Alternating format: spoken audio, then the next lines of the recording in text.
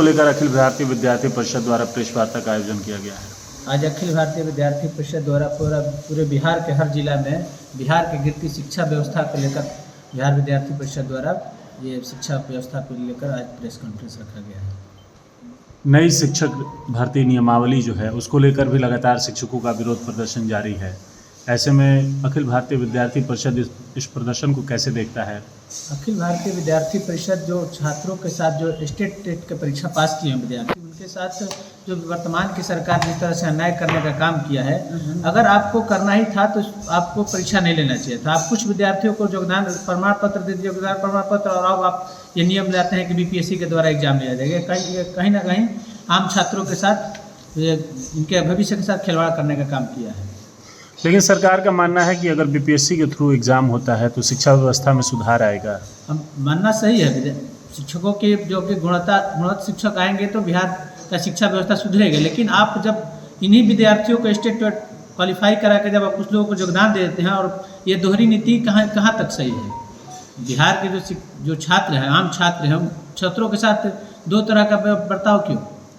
आपने कहा कि बिहार की गिरती शिक्षा व्यवस्था, आखिर किस तरीके से बिहार की शिक्षा व्यवस्था बिहार में गिरा हुआ है? क्या लगता है कि बिहार की शिक्षा व्यवस्था पहले जैसा नहीं है? बिहार में जिस तरह से पहले, जब बिहार में आप नाम सुने होंगे नालंदा विश्वविद्यालय, तक्षशिला विश्वविद्यालय का नाम, जहाँ बिहार के अलावा देश के अनेक राज्य से पढ़ने के लिए छात्र आते थे, यहाँ तक कि विदेशों से भी छात्र आके यहाँ शिक्षा दीक्षा लेते थे। लेकिन आज स्थिति ये है कि बिहार के आप किसी भी महाविद्यालय में चले जाइए, बिहार में लगभग 280 महाविद्यालय है, जहाँ तक 80% महाविद्यालय में परमानेंट प्रधानाचार्य तक नहीं है। आप बिहार के +2 स्कूल में चले जाइए, वहाँ भी +2 स्कूल में प्रिंसिपल की व्यवस्था नहीं है। वहाँ पे +2 स्कूल में प्रभारी प्राचार्य के बदौलत ही स्कूल संचालन हो रहा है। इतना तक ये भी स्थिति बना हुआ है कि कई विषय में शिक्षक का व्यवस्था नहीं है।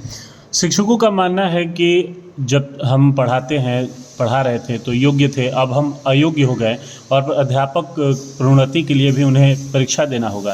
तो इसे किस तरह से देखते हैं? क्या बिहार सरकार जो ये नीति लाया है कि बीपीएससी के तहत आपको एग्जाम देना, पास करेंगे तब आपको हम शिक्षक मानेंगे, आपका राजकर्मी का जो है तो सुविधा वो आपको दिया जाएगा। लेकिन आप जब इन्हीं विद्यार्थियों को जब आप एग्जाम लिए और स्टेट टेस्ट आप इनको नहीं मान रहे हैं, उनके गुणवत्ता पर आप सवाल खड़ा कर रहे हैं। इसलिए विद्यार्थी परिषद आपके फैसले को स्वागत करता है, लेकिन आप उन विद्यार्थियों को जिनको पास कराए हैं, स्टेट एग्जाम पास किए हैं, उनका योगदान कराने के बाद ये जो आपने लाया है उसको लागू करें।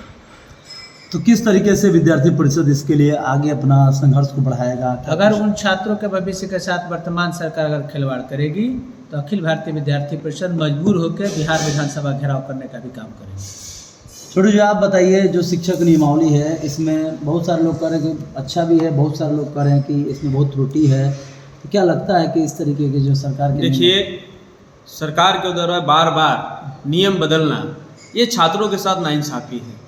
जहाँ तक आप बात कर रहे हैं कि शिक्षक का नियमावली क्या होना चाहिए, हम बिहार सरकार से ये मांग करते हैं कि जो भी शिक्षक का नियमावली बनाना है एक बार बनाइए। 5 साल में इन्होंने, हमें लगता है कि 10 से 15 बार नियमावली चेंज हुआ है। कभी आप कहते हैं कि सीटेट परीक्षा दीजिए, कभी आप कहते हैं कि बीपीएससी से जाइए। आपको जैसे लेना है, बिहार के युवाओं को दिग्भ्रमित मत करिए, बरगलाने का प्रयास मत करिए। ये नीतीश कुमार बिहार को बार बार हमेशा, जो हम लोग भोजपुरी में कहावत कहते हैं कि बुर्बक बनावता, वही स्थिति हो गया है। बार बार बरगलाने का काम कर रहे हैं। कभी ये नियम होना चाहिए, कभी ये होना चाहिए। स्पष्ट आप जारी करिए कि बिहार के शिक्षक बनने के लिए या अन्य किसी भी सरकारी नौकरी के लिए क्या नियमावली होना चाहिए, आप स्पष्ट इसमें सबसे बड़ा दोषी इसमें कौन है आपके नज़र में? सबसे बड़ा दोषी इसके सबसे बड़ा दोषी बिहार सरकार है। आप देख सकते हैं, जो सीटेट के विद्यार्थी जब पास हो चुके हैं तो फिर आप उन पे आप लाद रहे हैं कि आप बीपीएससी से दीजिए। अगर आपको बीपीएससी से ही शिक्षक को बहाली करना था तो आप पहले ही कह देते कि हाँ बीपीएससी से हम शिक्षक का बहाली करेंगे। लेकिन बार बार नियमावली चेंज करना, आपका जब इस सरकार का गठन हुआ तो उन्होंने कहा कि 10 लाख रोजगार देंगे। कहाँ है आपका 10 लाख रोजगार? और 10 लाख रोजगार के नाम पे केवल बार बार नियम परिवर्तन करना, या कहाँ न्याय है छात्रों के साथ? अभी तक 7वें चरण की बहाली की प्रक्रिया शुरू भी नहीं हुई है। ऐसे में अब तक आ जाना चाहिए था, और नई शिक्षक नियमावली आ गई जिसका लगातार विरोध हो रहा है। तो कहीं क्या मानते हैं कि इसमें बेरोजगारों को उलझाने की साजिश तो नहीं सरकार की? ये जग जाहिर है कि जितने भी इस बिहार के युवा हैं, ऐसे ही बिहार को लोग पूरे देश भर में लोग पलायन नहीं कर रहे हैं। यही कारण है बार बार नियमावली में चेंज करना। बार बार अनेक प्रकार का विघ्न पैदा करना, इसीलिए बिहार की युवा दूसरे राज्य में जा करके मजदूरी करने पे मजबूर हो गए हैं। नहीं तो बिहार का जो स्थिति है, आप सोच सकते हैं कि पूरे बिहार में लगभग 268 सरकारी कॉलेज है और 180 कॉलेज ऐसे हैं जिसमें एक भी प्राचार्य नहीं नियुक्त हुआ है।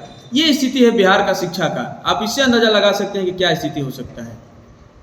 हर सब्जेक्ट में शिक्षक नहीं है।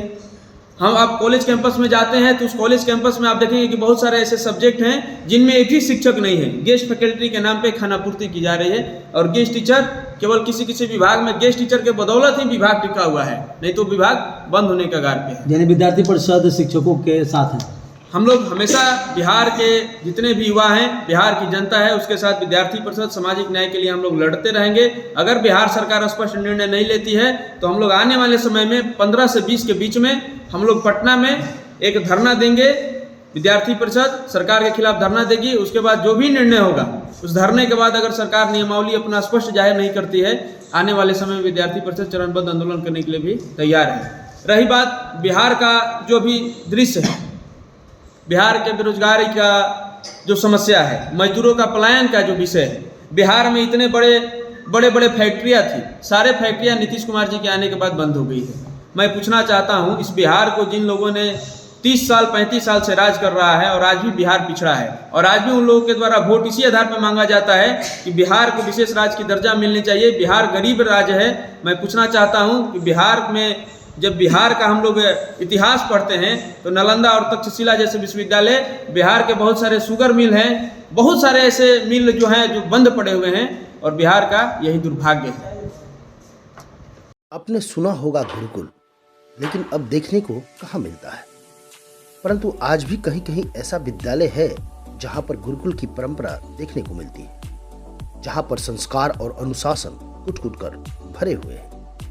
आरा में मझुआ स्थित संभावना आवासीय उच्च विद्यालय इसका जीता जागता उदाहरण है, जहाँ पर शिक्षा के साथ साथ संस्कार और अनुशासन बच्चों के अंदर कूट-कूट कर भरे जाते हैं, जहाँ पर बच्चों के अंदर आत्मनिर्भरता और सादगी के गुण पिरोए जाते हैं। स्वच्छ वातावरण, सुंदर माहौल, अनुशासन, संस्कार और सादगी का प्रतीक संभावना आवासीय उच्च विद्यालय कुशल शिक्षकों के नेतृत्व में शिक्षा के साथ साथ extra curriculum, sports, music, arts, yoga, PT etc बच्चों को सिखाए जाते हैं, जहां पर हर वर्ग के अभिभावक अपने बच्चों को आसानी से पढ़ा सकते हैं। संभावना आवासीय उच्च विद्यालय मझुआ, आरा।